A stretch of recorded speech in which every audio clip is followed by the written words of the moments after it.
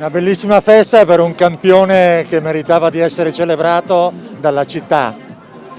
Sì, la città ha tanto voluto questa festa, infatti c'è stata una collaborazione bellissima, in primis con Unione Ciclistica Milano, che è la società che lo ha cresciuto sportivamente, ma non solo, ne ha fatto un grande giovane uomo e volevamo anche, e questo mi pare ci siamo riusciti,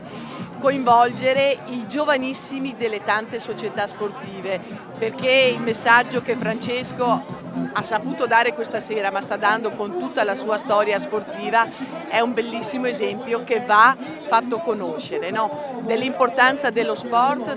di, come dire, coltivare le proprie passioni, ma di coltivarle perché piace, e lui stasera ha fatto capire che le cose si devono fare perché piacciono, se non ce la si sente anche di non farlo e poi di crederci, perché lui ci ha sempre creduto.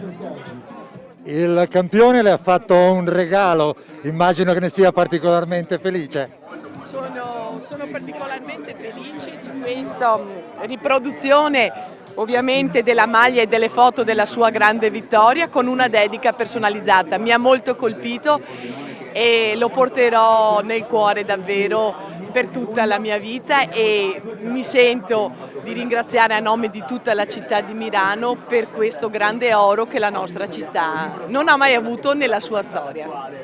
Per i ragazzi dell'UC Milano che vorranno seguire le orme del campione, qual è il suo augurio? Il mio augurio è, come dire, di conservare anche lo spirito che ha Francesco, perché ha uno spirito, un modo giusto di porsi e lo faccio sia ai ragazzi dell'UC Milano, perché comunque è una società che in oltre 50 anni di attività ha saputo mantenere la tradizione ma comunque crescere con grandissimi risultati e spero di vedere che questo è un progetto che abbiamo preso da subito come amministrazione comunale, l'avvio e magari anche la conclusione dei lavori del ciclodromo che verrà fatto perché si allenino in sicurezza nella frazione di Scaltenigo accanto al bellissimo impianto del patinaggio.